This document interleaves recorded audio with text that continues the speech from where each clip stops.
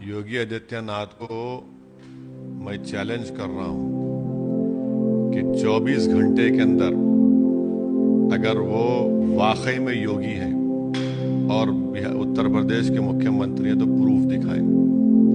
हाँ, योगी को दूल्हे भाई हर रात में ख्वाब में आते हैं, बहुत परेशान रहते हैं हमारा नाम सुन के, हमारे पूरे मेहनत और कारनामों को देखकर।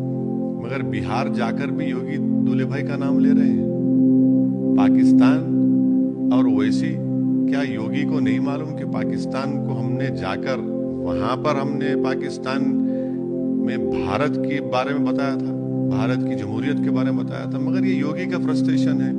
योगी में हिम्मत नहीं है कि हाथरस में एक दलित लड़की का अंतिम संस्कार उसके माँ बाप को सामने खड़ा कर नहीं किया गया, तो आज योगी बात कर रहे हैं ओवैसी की। क्या योगी हिम्मत है हाथरस को जाकर उन माँ बाप की आंखों में आंखें डालकर बात करने की? इलेक्शन हो रहा है बिहार का और पाकिस्तान, अरे हम नहीं नाम लेते पाकिस्तान का, तो इनकी ये ख्वाब में भी पाकिस्तान, दिन में भी पाकिस्तान, जबान पे भी इनके पाकिस्तानी है। तो ये इनकी आदत है, बौखलाहट का शिकार हो चुकी है, इसलिए ये बकते रहते हैं और उसको कुछ भी नहीं है। सर, मध्य प्रदेश की एक मंत्री है उषा ठाकुर, उन्होंने बोला कि मदरसा जो है वो टेररिज्म को बढ़ावा देता है। तो फिर आपके प्रधानमंत्री, देश के प्रधानमंत्री नरेंद्र मोदी हर साल 120 करोड़ रुपए मदरसा मॉडर्नाइजेशन के क्यों दे रहे हैं? बंद कराइए ना उसको पहले। 120 करोड़ रुपए देते हैं, उत्तर प्रदेश में मदरसों को मिलता है, बिहार में मिलता है, तो बंद कराइए ना इसको। क्यों दुगलापन करते हैं? और मदरसों में कितने पढ़ते हैं मुसलमान? चलिए, मदरसे अगर आपकी बात है तो स्कूल खोलिए ना मुसलमानों के लिए, स्कूल खोल के दिखाइए। स्कूल नहीं खोलेंगे, मुस्लिम इलाकों में पुलिस स्टेशन खोलेंगे, अस्पताल की जगह शराब खाने खोलेंगे, और आप कहेंगे टेररिज्म। अरे ये बीजेपी तो देश की आजादी में इनका कोई रोल नहीं था। यही मदरसों से अंग्रेजों के खिलाफ जिहाद का फतवा इशू किया गया था। देश की लड़ाई में महात्मा गांधी, नेहरू और के साथ खड़े वाले यही मदरसे के उलेमा थे। इनको देश की तारीख ही नहीं मालूम, इसलिए सिर्फ नफरत पैदा करना मुसलमानों के ताल्लुक से ये इनका मिशन है।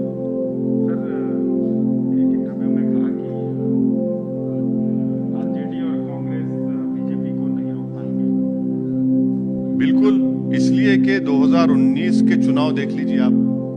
2019 के पार्लियामेंट के चुनाव में बिहार के 40 लोकसभा सीट में आपने सिर्फ एक जीती, किशनगंज, वो भी हमारी वजह से। अगर हमारे कैंडिडेट अख्तर उल-इमान 3 लाख वोट नहीं लेते तो वहां से भी आप हार जाते। 3 लाख अख्तर उल-इमान लिए, 3.5 लाख कांग्रेस ली, जेडीयू 3,25,000 ली। इनमें कोई ना कन्विक्शन है, ना इंटेलेक्चुअल ऑनेस्टी है बीजेपी से मुकाबला करने की। और इसीलिए हम ये कह रहे हैं कि ये भी असेंबली चुनाव में इनके पास कोई ना तो कोई स्ट्रेटेजी है, ना तो कोई पॉलिटिकल विजन है, और इसीलिए हम कह रहे हैं कि ये लोग काबिल नहीं है उतने। काबिल नहीं है सर, तो आप उनके हिस्सा क्यों नहीं होंगे? उनके साथ क्यों नहीं? बीजेपी को अगर शिकस्त, अरे जब हम उनको काबिल ही नहीं मानते तो क्यों साथ जाएंगे उनके? हम काबिल हैं, कुशवाहा साहब काबिल हैं, राजभर साहब काबिल हैं, बीएसपी काबिल है, ये हम लोगों में लड़ने का जज्बा है, लड़ेंगे। उनमें कहाँ है? अरे भाई, एक बात बताइए, 5 साल पहले गठबंधन ने क्या कहकर वोट लिया था कि संघ मुक्त भारत करेंगे, मोहन भगवत को रोक देंगे, और वोट कटवा हमको कहा था। फिर आपका अलायंस अगर गिरकर खत्म होकर नीतीश कुमार मोदी के गोद में बैठते हैं तो इसका जिम्मेदार कौन है? कांग्रेस नहीं है, आरजेडी नहीं है। आपने तो बिहार की जनता को झूठ बोलकर, धोखा देकर वोट लिया। आज बीजेपी अगर सत्ता में है बिहार में तो आपकी वजह से, इन तीनों पार्टियों की वजह से, नीतीश कुमार, लालू और राहुल गांधी की वजह से। लेकिन फिर वही आप जिस तरह से जिस गठबंधन में गए हैं, जो बीजेपी को रोकने वाली जो बड़ी ताकतें हैं सूबे में, उनके साथ नहीं। कौन सी बड़ी ताकत है? अरे वो जो पार्लियामेंट के चुनाव में बीजेपी को नहीं रोक सके, 40 में से 1 सीट नहीं जीत सके, वो पार्टी के परिवार का लोग इलेक्शन हार गए, कांग्रेस के लोग इलेक्शन हार जाते हैं, आरजेडी के हार जाते हैं, तो भाई अब वो भी जिम्मेदारी आप मेरे गोद में डाल देंगे क्या? नहीं, तो आपको और मजबूत करना चाहिए ना आपको। किसको? उससे तो उन बातों को नहीं मिल रहा है जिससे आपको वोट कटवा बोला जाता है। अरे हमको कोई फिक्र नहीं है, वोट कटवा बोले, क्या क्या बोलते बोल लो, डिक्शनरी में एक नए लफ्ज का इन्वेंशन करके बोलो, हमको कोई फर्क नहीं पड़ता। क्योंकि हमारे दिल में क्या है, हमारी सोच में क्या है, वो हमको मालूम, हमारे रब को मालूम। और हम पीछे हटने वाले नहीं हैं। आप जितना बोलेंगे उतना हमको ताकत मिलेगी। हमको कोई फर्क नहीं पड़ता। बिहार की जनता बड़ी बाखबर और होशियार है। वो बड़ी पॉलिटिकली श्रूड है। वो देख रही है इनके तमाशों को और इनको सबक सिखाएगी। आप कह रहे हैं कि आरजेडी और कांग्रेस नहीं रोक सकती। आपने शायद वो तस्वीरें नहीं देखी जो वायरल हुई तेजस्वी यादव और कांग्रेस की जो रैली थी, उसमें विशाल जनसभा जो हुई, उसको आपने देखा नहीं? उससे बहुत लोग उस पर बातें और चर्चा का विषय है। देखिए, भीड़ को जमा करना, जनता का आना एक पॉलिटिकल लीडर के लिए बड़ा अच्छा लगता है। हमारे भी सभाओं में लोग हमारी स्पीच को सुनने के लिए बहुत आते हैं, मगर चैलेंज ये है कि उसको वोट में कन्वर्ट करना, वो सबसे बड़ा चैलेंज है। यकीनन जनता आएगी, हमारे जल्द सभाओं में भी आएगी। और अगर यही पैमाना है तो क्या आपके पार्लियामेंट के चुनाव में भीड़ नहीं आ रही थी आरजेडी के? क्या कांग्रेस आरजेडी के अलायंस में भीड़ नहीं आ रही थी क्या? अभी आ रही है, जब नहीं आ रही थी क्या?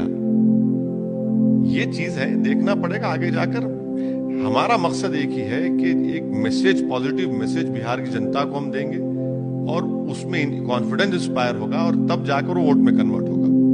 आजकल आप एक अलग पॉलिटिकल फार्मूला बता रहे हैं कि नीतीश सीएम नहीं बनेंगे, कैसे? हमारा ये मानना है कि इस चुनाव के बाद या इस चुनाव के दौरान बीजेपी की पूरी कोशिश ये है कि बिहार में अब के बार बीजेपी का मुख्यमंत्री बन जाए।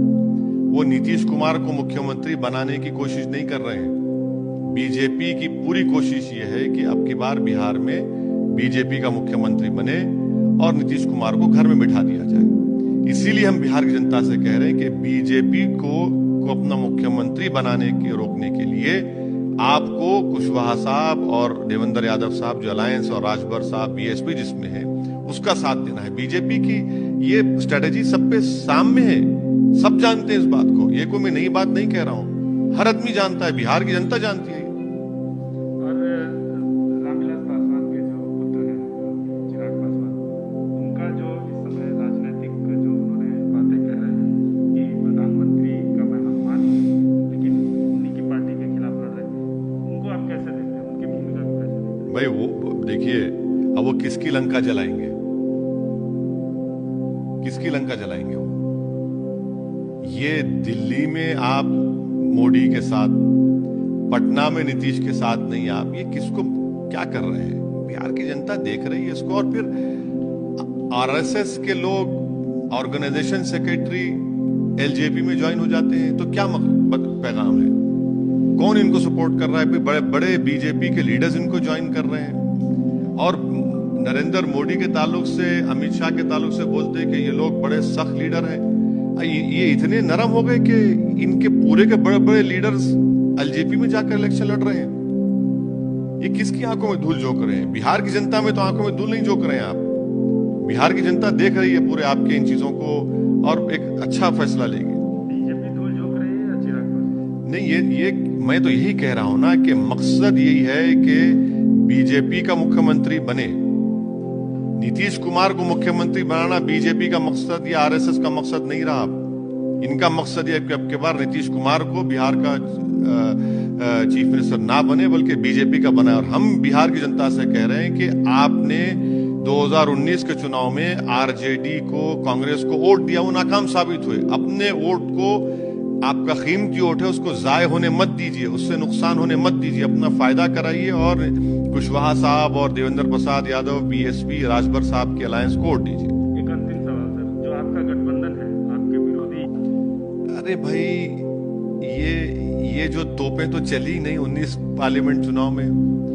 बड़े बड़े तोप गए थे, बड़े बड़े तोप गए थे 2019 के पार्लियामेंट चुनाव में। क्या तोप में पानी डाल दिए थे क्या? तोप ही नहीं चली, सब टाइटाए हो गए।